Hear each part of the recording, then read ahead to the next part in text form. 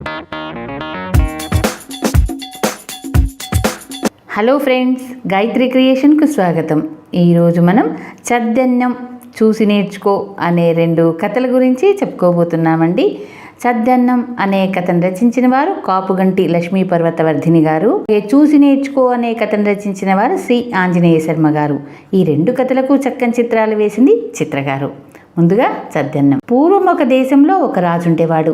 ఆయన గొప్ప దాతగా పేరు పొంది ప్రజల కష్ట సుఖాలను శ్రద్ధగా విచారిస్తూ పరిపాలించేవాడు. అప్పుడప్పుడు మారువేషంలో తిరుగుతూ రాజ్యంలోని ప్రజల పరిస్థితులు ఎలా ఉన్నది స్వయంగా గమనించేవాడు. ఆ దేశంలో ఒక ధనవంతుడు ఉండేవాడు.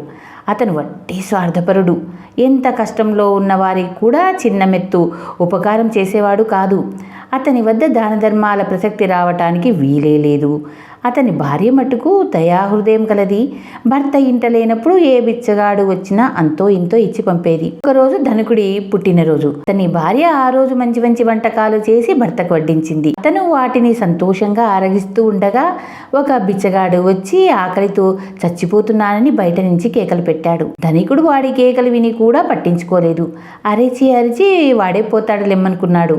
అతని భార్య మాత్రం మనసులో చాలా బాధపడి ఆ బిచ్చగాడిని తన నోటితో పొమ్మనలేకపోయింది. వరకు బిచ్చగాడు ఇక కేకలు వేసి లాభం లేదనుకొని, ఏం తల్లి వెళ్ళిపోనా అని కేక పెట్టాడు. అప్పటికైనా తన భర్త ఆ బిచ్చగాడికి ఇంత తిండి పెట్టమంటాడేమోనని ఆమె చూసింది. కానీ అతను తన పనిలో తాను ఉండిపోయాడు. అప్పుడు ధనికుడి భార్య, మా వారు చద్దన్నం తింటున్నారు, నువ్వు మరో ఇంటికి వెళ్ళు నాయనా అని కేక పెట్టింది. ఈ జరిగిందంతా మారువేషంలో వీధిలో నిలబడి ఉండిన రాజు గమనించాడు. ధనికుడు వేడివేడి అన్నం పంచభక్ష పరమాణాలతో ఆరగిస్తూ ఉండడం ఆయన చూశాడు. అతని భార్య బిచ్చగాడితో ఇప్పుడు కాదు పో అని చెప్పక తన భర్త చద్దన్నం తింటున్నాడని ఎందుకు అబద్ధమాడిందో ఎంత ఆలోచించినా ఆయనకు అర్థం కాలేదు. మరునాడు రాజభటులు ధనికుడి ఇంటికి వచ్చి ధనికుడి భార్యను రాజుగారు రమ్మన్నారని చెప్పి ఆమెను వెంట పెట్టుకుని వెళ్లారు. తన భార్య ఏమి ద్రోహం చేసిందోనని భయపడుతూ ధనికుడు కూడా ఆ స్థానానికి వెళ్ళాడు. రాజు ధనికుడి భార్యతో, నిన్న నీ భర్త పంచభక్ష పరమాణాలతో వేడివేడి భోజనం చేస్తూ ఉంటే నువ్వు బిచ్చగాడితో నీ భర్త చద్దన్నం తింటున్నాడని ఎందుకు అబద్ధమాడావు? అబద్ధమాడడం నేరమని నీకు తెలీదా అన్నాడు. ఆ మాటలకు ధనికుడి భార్య నవ్వి, మహారాజా, నేను అన్న మాటలో అబద్ధమేముంది? చద్దన్నం అంటే పూర్వజన్మలో చేసుకున్న పుణ్యం వల్ల ఈ జన్మలో అబ్బిన సిరి.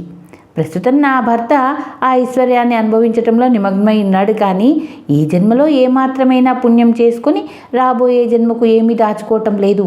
నేను బిచ్చగాడి ఆకలి కేకలు విని వాడితో ఆ మాటే చెప్పాను. మీరు దాన్ని తప్పుగా అర్థం చేసుకున్నారు అన్నది. రాజు ఆమె తెలివికి సంతోషించి ధనికుడికేసి తిరిగి, నీ భార్య చెప్పిన మాట విని ఇకనైనా సిగ్గుపడి బుద్ధిగా ప్రవర్తించు అన్నాడు. ఆయన ధనవంతుడి భార్యకు పట్టుచీర బహుకరించాడు. తరువాత ధనికుడు దాన ధర్మాలు చేయటంలో ముందంజగా ఉన్నాడు. ఇదే అండి చద్దన్నం యొక్క గొప్పతనం. ఇక 2వ కథ చూసి నేర్చుకో. ఒక ఊళ్ళో ఒక తల్లి కొడుకు ఉండేవారు. కొడుకు పేరు వెంకన్న. వాడు తెలియగలవాడే కానీ తల్లి గారాబంగా పెంచటం చేత కడుపు నిండా తినటం తప్ప ఇంకేమీ నేర్చుకోలేదు. ఒకనాడు వాడి తల్లి వాడితో, నీకు పెళ్లి చేసుకునే వయసు కూడా వచ్చింది కదా, సంపాదించటం చేత కాని వాడివి పెళ్ళాన్ని ఎలా పోషిస్తావు అన్నది.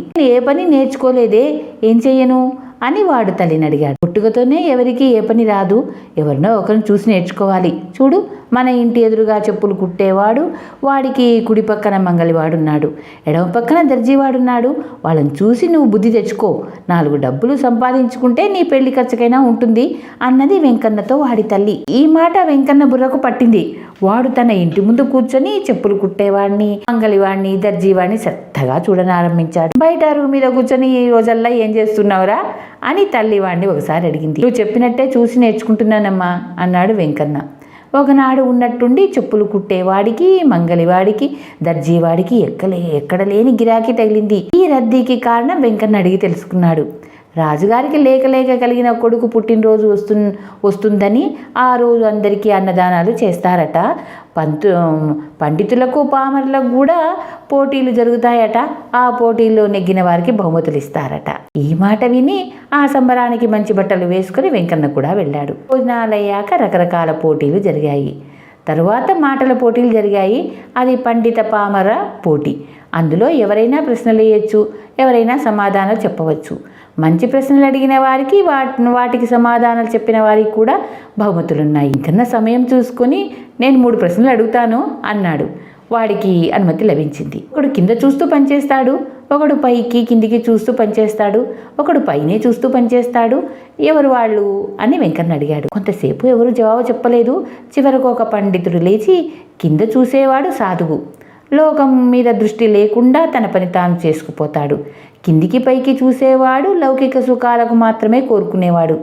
పైకి చూసేవాడు భక్తుడు, వాడి దృష్టి భగవంతుడి మీదే ఉంటుంది అన్నాడు. చూపుకు వారు చేసే పనికి సంబంధం చెప్పాలి అన్నాడు వెంకన్న. నీ ప్రశ్నకు నువ్వే సమాధానం చెప్పు అన్నారు పెద్దలు. కింద చూస్తూ పనిచేసేవాడు చెప్పులు కుట్టేవాడు. వాడు మనుషుల పాదాలను మాత్రమే చూస్తూ ఉంటాడు. మనుషుల తలల మీదనే దృష్టి నిలిపేవాడు మంగలి. మనుషులను ఆపాదమస్తం చూసేవాడు దర్జీవాడు అన్నాడు వెంకన్న. ఆ సమాధానానికి అందరూ హర్షించారు. వాడి ప్రశ్నలకు సమాధానానికి చెరొక 500 బహుమానం లభించింది. వాడు ఆ డబ్బు తీసుకుపోయి తల్లి ముందు పెట్టి, చూడమ్మా, చూసి నేర్చుకున్న దానికి ఫలితం ఇది అన్నాడు. ఇది అండి వెంకన్న చూసి నేర్చుకుంది. ధన్యవాదాలు. చివరిగా మీకో మాట, నా ఛానల్లోని కథలు మరియు వంటలు మీకు నచ్చినట్లయితే ఓ లైక్ చేయండి. మీ బంధువులకు, స్నేహితులకు, తెలిసిన వాళ్లకు షేర్ చేయండి. మరిన్ని మంచి మంచి కథల కోసం, మరిన్ని మంచి మంచి వంటల కోసం గాయత్రి క్రియేషన్ను సబ్స్క్రైబ్ చేసుకోండి. ధన్యవాదాలు.